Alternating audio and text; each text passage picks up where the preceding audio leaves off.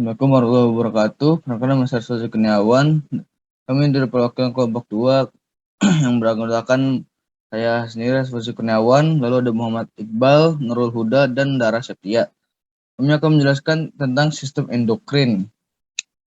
Sistem endokrin adalah sistem kontrol kelenjar tanpa saluran atau ductless yang menghasilkan hormon yang tersirkulasi di tubuh melalui aliran darah untuk mempengaruhi organ-organ lain.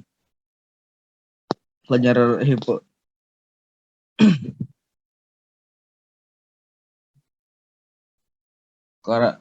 kelenjar endokrin juga memiliki beberapa karakteristik seperti kelenjar endokrin merupakan kelenjar buntu karena tidak memiliki saluran atau ductus dan menyekresikan hormon langsung ke dalam cairan di sekitar sel-sel. Menyekresi lebih dari satu jenis hormon, kecuali kelenjar paratiroid, memiliki sejumlah sel sekretoda yang dikelilingi oleh banyak pembuluh darah dan ditopang oleh jaringan ikat. Masa aktif dalam menghasilkan hormon berbeda-beda. Sekresi hormon dapat distimulasi atau dilambat oleh kadar hormon. Hormon lainnya, senyawa non-hormon dalam darah, serta impuls saraf. Fungsi kelenjar endokrin antara lain menghasilkan hormon untuk metabolisme, menghasilkan hormon perkembangan seksual, mengatur pertumbuhan, mengatur tekanan darah, dan mengatur nafsu makan. Berikutnya macam-macam kelenjar endokrin. Macam-macam kelenjar endokrin letaknya secara umum kelenjar endokrin menjadi 7, yaitu ada kelenjar hipofisis atau pituitari, melekat pada hipotalamus, kemudian ada tiroid yang terletak di bawah laring, kemudian ada paratiroid yang terletak di belakang tiroid, adrenal terletak di atas ginjal, pankreas terletak di bawah lambung, gonad terletak di ovarium pada wanita dan di testis pada pria. Timus terletak di posterior toraks di atas jantung. Yang pertama adalah kelenjar hipofisis. Kelenjar hipofisis merupakan kelenjar paling besar sehingga disebut sebagai master of glands karena kelenjar hipofisis mengontrol aktivitas kelenjar lainnya. Kelenjar hipofisis dibagi menjadi 2, yaitu lobus anterior dan lobus posterior. Kelenjar ini terletak di bawah hipotalamus. Kelenjar ini memproduksi hormon yang membantu pertumbuhan, produksi, dan pembakaran energi. Berikut adalah hormon-hormon yang dihasilkan oleh kelenjar hipofisis anterior dan posterior. Hormon hipofisis anterior menghasilkan hormon somatotropin untuk pembelahan sel pada sel pertumbuhan, hormon tirotropin sintesis hormon tiroksin dan pengambilan unsur yodium, hormon adrenokortikotropin merangsang kelenjar korteks membentuk hormon laktogenik sekresi ASI, hormon gonadotropin FSH pada wanita, pemasakan folikel pada pria pembentukan spermatogonium, LH pada wanita pembentukan corpus luteum, pada pria merangsang sel interstitial membentuk hormon testosteron. Dan untuk hipofisis posterior ada hormon oksitosin yang merangsang kontraksi kelahiran dan hormon vasopresin yang mereabsorpsi air ginjal.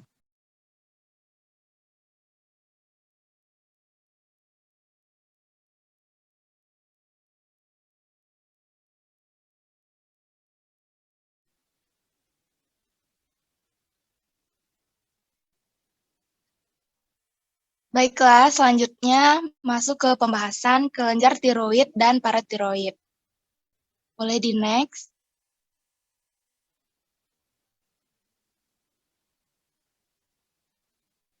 Yang pertama ada kelenjar tiroid.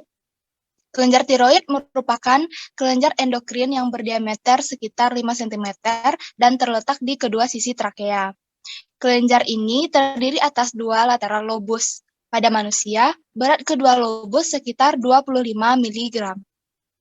Kelenjar disuplai oleh darah pada arteri tiroid superior kanan dan kiri. Terdapat sejumlah besar saluran yang tersusun dari epitel kuboid atau kolumner. Lumen dari saluran tersebut berisi masat koloid. Kelenjar ini diinversi oleh 2 percabangan saraf autonom.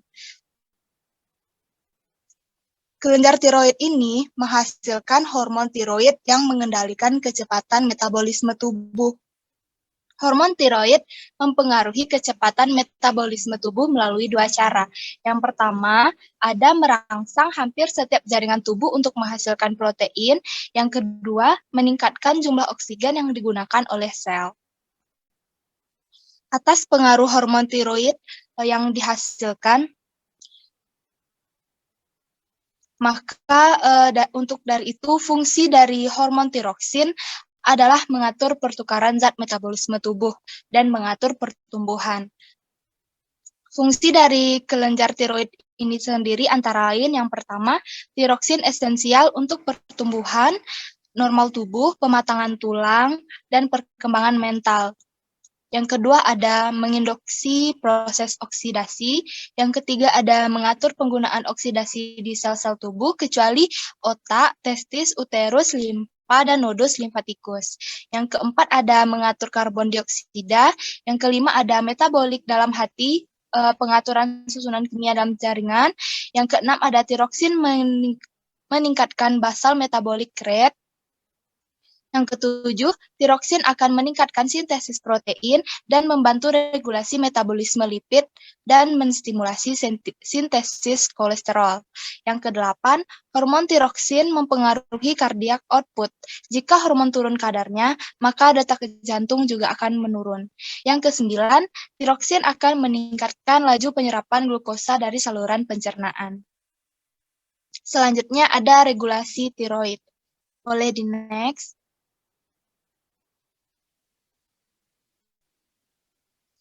Thyroid stimulating hormone atau TSH yang diproduksi dan disekresikan oleh adenohipofisis berfungsi mengatur tiroid.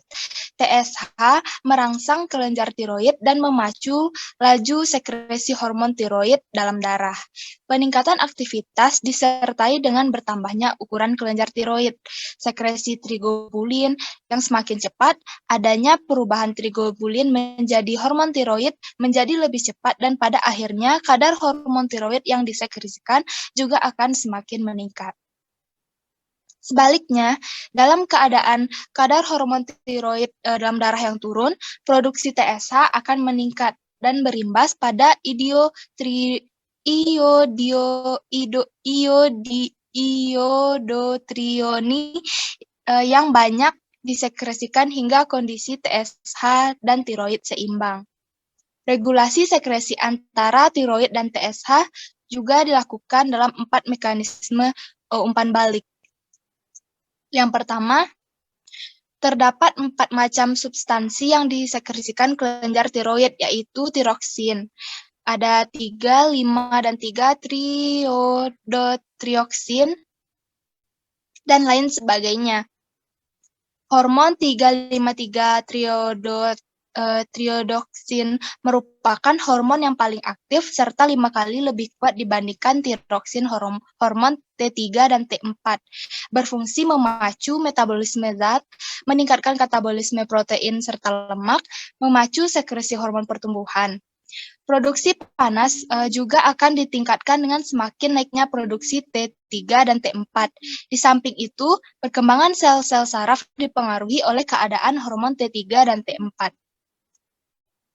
Dalam pembentukan hormon tiroid, unsur iodin dibutuhkan. Jumlah iodin sendiri di plasma sangat sedikit, kira-kira ada 6 nanogram. Kebanyakan ada dalam bentuk ioditironin. Kebutuhan iodin untuk manusia sekitar 25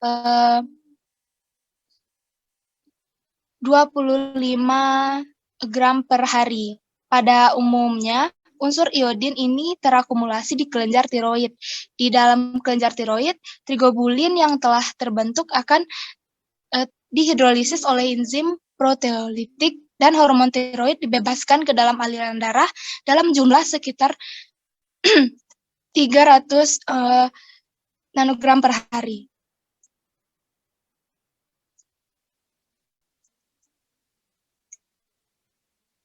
Boleh di next.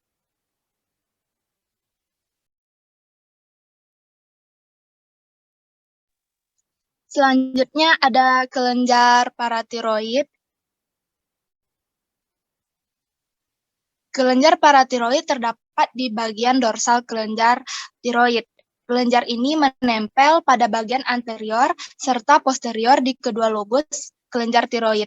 2 tertanam di kutub superior kelenjar tiroid dan 2 di kutub inferior.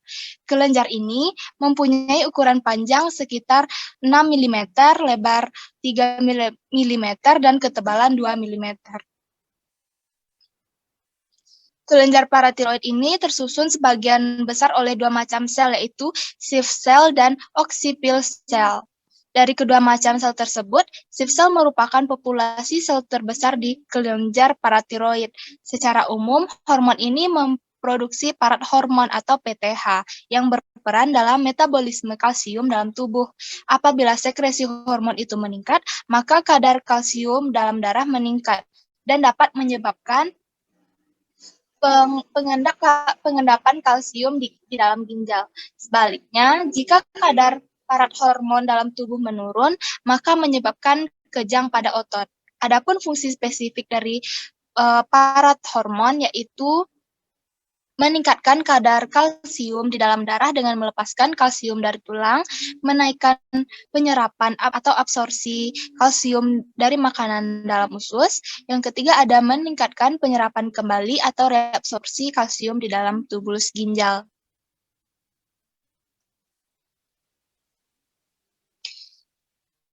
Kelenjar menghasilkan hormon paratiroid merupakan hormon utama yang mengatur metabolisme kalsium untuk mempertahankan kadar kalsium plasma pada batas normal. Fungsi utama hormon paratiroid ini mempertahankan kadar kalsium dalam cairan ekstraseluler agar selalu dalam keadaan homeostasis. Boleh di next.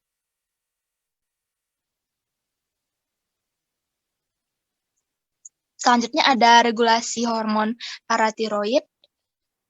Dalam kondisi hipokalsemi, yaitu kadar kalsium dalam darah yang rendah, sekresi hormon paratiroid berlangsung dalam beberapa tahap. Yang pertama, sel-sel paratiroid dengan waktu cepat akan mensekresikan hormon paratiroid yang sudah tersedia dalam sel dalam keadaan hipokalsemi. Aktivitas sel kelenjar paratiroid menghasilkan hormon paratiroid lebih banyak dalam beberapa jam. Yang ketiga, jika hipokalsemia masih terjadi, maka dalam beberapa hari terjadi penggandaan sel untuk memperbanyak massa sel kelenjar paratiroid. Dalam keadaan normal, hormon paratiroid bisa mempertahankan konsentrasi kalsium plasma sehingga tidak menyebabkan hipokalsemia. Hormon paratiroid bekerja dengan tulang dan ginjal secara langsung, sedangkan secara tidak langsung dengan usus halus dengan perantara metabolisme vitamin D. Hormon paratiroid bekerja pada tulang dengan cara meningkatkan reabsorpsi kalsium serta fosfat. Sementara hormon paratiroid bekerja pada ginjal melalui 2 mekanisme. Yang pertama, hormon paratiroid akan meningkatkan reabsorpsi kalsium, namun menurunkan reabsorpsi fosfat. Reabsorpsi kalsium di ginjal terjadi pada daerah tubulus proksimal. Sementara pada tubulus proksimal ini terjadi sekitar 60%, sedangkan pada lengkung Henle ada 25% dan pada tubulus distal 15%. Selanjutnya, yang kedua, hormon paratiroid meningkatkan kerja enzim 1-alfa dehidrosilase yang ada di bagian ginjal yang akan berakibat meningkatnya perubahan 25 hidroksi kolekalsiferol menjadi 1,25 dihidroksikolekalsiferol. Sekian, untuk slide selanjutnya akan dijelaskan oleh teman saya. Jadi saya akan menjelaskan tentang kelenjar adrenal. Jadi kelenjar adrenal ini terletak di atas ginjal. Nah, kelenjar adrenal ini terdiri dari medula adrenal dan korteks adrenal. Nah, medula adrenal ini berada di bawah kendali CRH dari hipotalamus dan ACTH dari anterior pituitary. Nah, medula adrenal ini memproduksi epinefrin atau adrenalin dan norepinefrin atau noradrenaline. Nah, hormon tersebut ini berperan dalam respon fight or flight. Selanjutnya ada korteks adrenal. Nah, korteks adrenal ini dibagi menjadi 3 wilayah, yaitu zona glomerulosa, fasciculata, dan zona reticularis. Nah, hormon yang diproduksi korteks adrenal ini berperan dalam respon jangka panjang terhadap stres. Nah, hormon utama yang diproduksi itu ada glukokortikoid dan mineral kortikoid, dan mensekresikan seks steroid atau gonadokortikoid dalam jumlah kecil. Nah, untuk glukokortikoid ini sekresinya itu dikendalikan oleh ACTH yang berperan dalam mengatur metabolisme karbohidrat, protein, dan lemak. Nah, glukokortikoid ini diproduksi di zona fasciculata dan reticularis. Kortisol adalah glukokortikoid utama yang bekerja secara antagonis dengan insulin. Nah, kortisol dan glukokortikoid lain juga dapat meredakan pembekatan dan nyeri peradangan. Namun dengan menekan rasa sakit itu dapat juga membuat sangat rentan terhadap cedera dan infeksi. Yang kedua ada mineral kortikoid. Nah, mineral kortikoid ini mengatur keseimbangan ion dalam tubuh dan diproduksi di zona glomerulosa. Nah, aldosteron ini merupakan salah satu mineral kortikoid yang menargetkan ginjal karena berperan dalam meningkatkan absorpsi ginjal pada ion natrium dan ekskresi ginjal pada ion kalium. Nah, mineral kortikoid ini memiliki sistem renin-angiotensin aldosteron, yaitu sistem meningkatkan tekanan darah melalui 2 cara, yaitu angiotensin 2 menyempitkan arteriol dan aldosteron menyebabkan ginjal menyerap kembali ion natrium.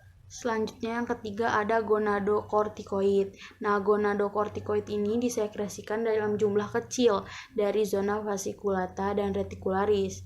Androgen utamanya ini aktif pada pria setelah pubertas, namun juga berperan dalam perkembangan seksual pria dan wanita. Nah, zona tersebut ini juga menghasilkan estradiol, yaitu salah satu bentuk estrogen dalam jumlah sedikit. Nah, estradiol adrenal ini juga berperan penting dalam mengatur pertumbuhan kerangka pada masa pubertas dan mempertahankan massa tulang.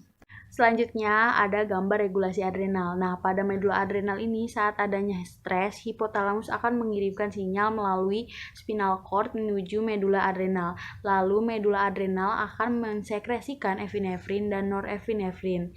Nah, medula adrenal ini akan berikan respon stres yang cepat tetapi berjangka pendek. Nah, pada korteks adrenal saat adanya respon stres, hipotalamus akan merangsang anterior pituitari mengeluarkan ACTH. Lalu ACTH ini akan merangsang korteks adrenal untuk mensekresikan mineral kortikoid dan glukokortikoid. Nah, korteks adrenal ini akan memberikan respon stres yang lambat tetapi berjangka panjang. Nah, selanjutnya ada kelenjar gonad. Nah, testis dan ovarium ini secara kolektif ini disebut gonad. Nah, testis dan ovarium ini dikendalikan oleh hipotalamus dan pituitari. Testis terletak di struktum, ovarium terletak di rongga panggul. Nah, testis akan menghasilkan testosteron, sedangkan ovarium akan menghasilkan estrogen dan progesteron. Selanjutnya ada testosteron. Nah, androgen ini disekresikan oleh sel-sel interstial yang terletak di antara tubulus seminiferus. Nah, hipotalamus ini memiliki kendali penuh dalam fungsi seksual testis karena hipotalamus mengeluarkan gen RH. Nantinya gen RH ini akan merangsang anterior pituitari untuk mensekresikan hormon gonadotropik, yaitu hormon FSH dan LH.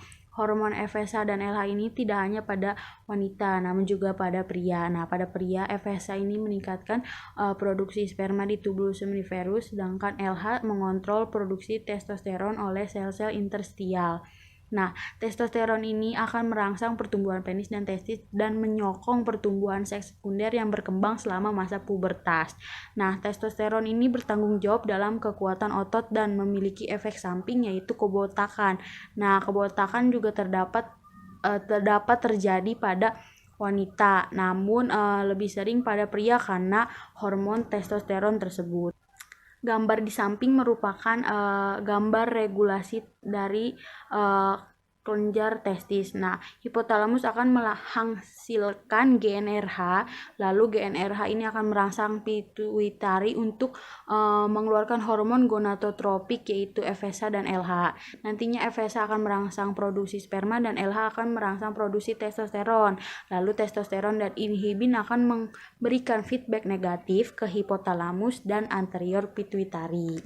Kedua itu ada estrogen dan progesteron. Nah, estrogen ini disekresikan pada saat pubertas untuk merangsang pertumbuhan rahim dan vagina. Nah, estrogen ini juga diperlukan dalam pematangan sel telur dan berperan dalam karakteristik seks sekunder wanita.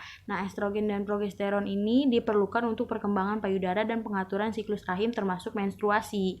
Nah, hormon FSH ini akan merangsang folikel untuk memproduksi hormon estrogen dan progesteron, sedangkan hormon LH berperan memicu ovulasi atau pelepasan sel telur dari ovarium. Nah, pada wanita juga akan terjadi menopause, yaitu periode di mana wanita itu siklus ovariumnya berhenti disebabkan oleh ovariumnya yang tidak lagi responsif terhadap hormon gonadotropik dan ovariumnya tidak lagi mensekresi estrogen dan progesteron. Pada gambar di samping ini merupakan gambar dari regulasi dari ovarium. Nah, hipotalamus ini akan menghasilkan GnRH. Lalu GnRH ini akan merangsang anterior pituitari untuk menghasilkan FSH dan LH. FSH akan merangsang folikel untuk produksi estrogen dan LH akan merangsang corpus luteum untuk menghasilkan progesteron. Lalu mereka akan memberikan feedback negatif ke hipotalamus dan anterior pituitari. Selanjutnya akan dijelaskan oleh teman saya. Selanjutnya adalah pankreas. Jadi pankreas ini merupakan organ yang terletak di bawah lambung, berbentuk panjang dan ramping. Selain berperan dalam sistem eksokrin, pankreas juga memiliki peran dalam sistem endokrin. Jadi ada yang disebut dalam pankreas, ada yang disebut sebagai pancreatic islet atau pulau pankreas yang menghasilkan berbagai macam hormon. Jadi dalam tiap-tiap pancreatic islet terdapat 4 jenis sel, yaitu alpha sel, beta sel, delta sel, dan Pp sel. Yang pertama ada alpha sel yang merupakan penghasil hormon glukagon yang mengisi 20% dari islet. Lalu ada beta sel merupakan penghasil hormon insulin yang mengisi 75% dari islet. Lalu ada delta sel penghasil hormon somatostatin yang mengisi 4% islet. Lalu yang terakhir ada Pp sel yang merupakan penghasil hormon polipeptida pankreas yang mengisi 1% dari islet. Tiap-tiap sel ini dapat dilihat pada gambar samping.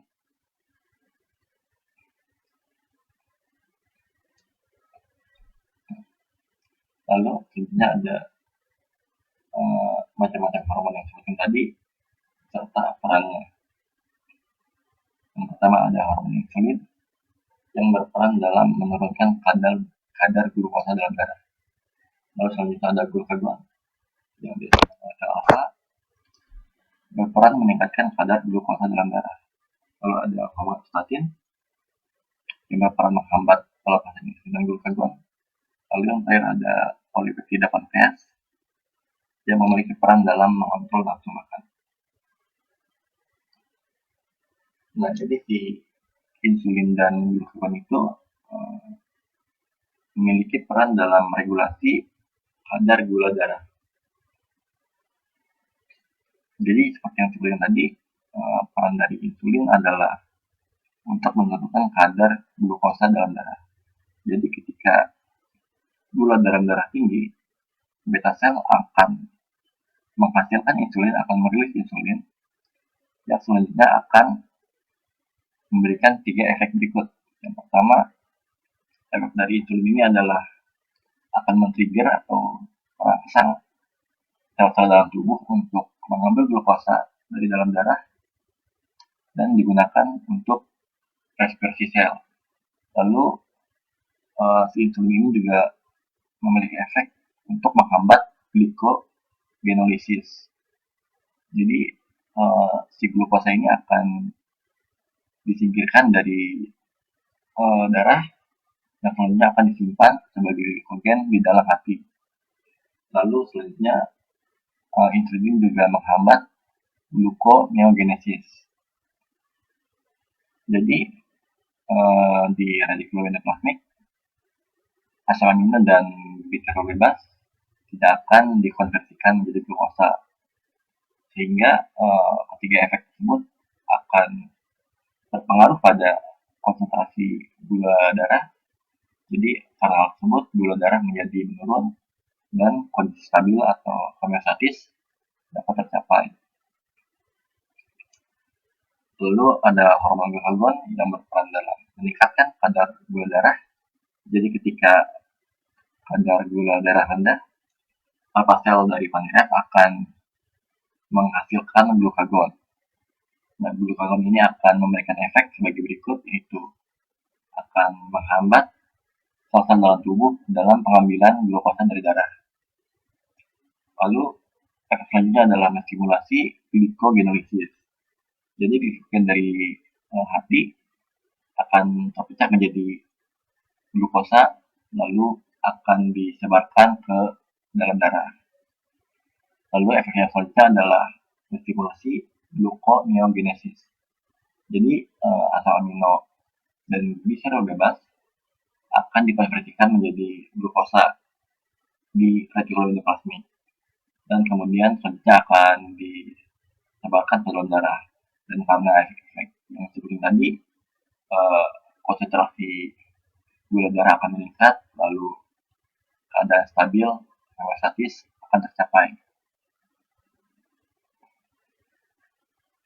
Lalu hormon selanjutnya adalah pankreatic polypeptide atau polipeptida pankreas yang berperan dalam mengontrol nafsu makan dengan menarikkan berbagai organ. Jadi polipeptida pankreas ini akan mengirimkan informasi tentang rasa lapar dan kenyang ke otak.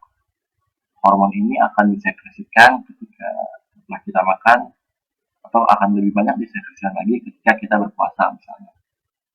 Jadi polipeptida pankreas ini akan menyebabkan rasa kenyang dalam berbagai cara. Jadi pada otak dia akan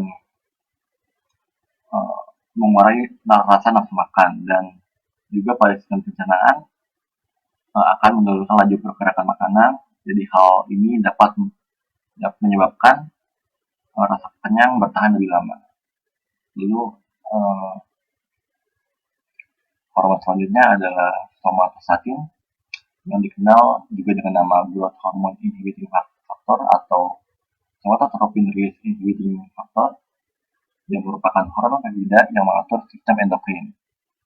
Jadi somatostatin ini juga dianggap sebagai secretory pan inhibitory karena si somatostatin ini dapat menghambat sekresi kelenjar endokrin dan eksokrin. Jadi sebagai hormon penghambat, somatostatin dalam pankreas menghambat pelepasan glukagon dan insulin. Yang tadi dalam peran kedua hormon tersebut meregulasi kadar gula darah. Lalu selanjutnya adalah timus. Jadi kelenjar timus adalah sebuah kelenjar bilobed atau dua lobus kecil yang halus terletak di bawah manubrium. Biasanya berwarna abu-abu merah muda, dan berada di mediastinum yang terletak di bagian superior jantung. Jadi hormon yang dihasilkan oleh timus ini salah satunya adalah hormon timusin. Jadi timusin ini berperan dalam merangsang perkembangan sel T. Jadi sebelum pubertas, sel darah putih yang disebut limfosit pada timus akan diubah menjadi sel T. Nah, ketika sel T ini sudah matang, mereka akan bermigrasi ke kelenjar dinding seluruh tubuh, di mana membantu dalam sistem kekebalan untuk memerangi penyakit. Selanjutnya adalah hormon thymopoietin yang berperan dalam proliferasi sel. Jadi thymopoietin ini adalah hormon polipeptid yang disekresikan oleh timus yang berpengaruh dalam tingkat penuaan.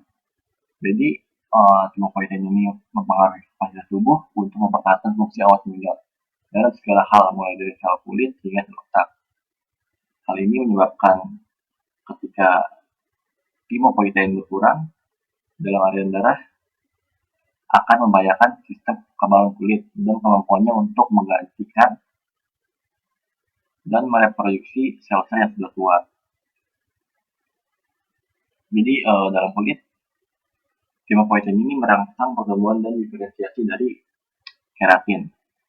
Jadi karena timopoietin merangsang pertumbuhan keratin, jika poietin yang memadai diperlukan untuk pertumbuhan sel-sel kulit yang baru. Selanjutnya, hormon yang dihasilkan oleh timus adalah hormon timulin. Jadi hormon timulin ini menyediakan elemen yang sebagai penghubung antara neuroendokrin dan sistem kekebalan atau imun. Jadi dan aktivitas biologis dari hormon timulin ini bergantung pada adanya ion zinc atau Zn12. Jadi ketersediaan dari ion ini mempengaruhi efektivitas kekebalan seluler dan kondisi fisiologi dan patofisiologisnya. Hormon terakhir yang bisa dihasilkan oleh timus adalah jenis humoral faktor. Jadi hormon ini berperan dalam boosting respon imun, terutama ketika melawan infeksi virus. Jadi jenis humoral faktor ini dapat meningkatkan proliferasi dari limfosit dan produksi dari IL-2.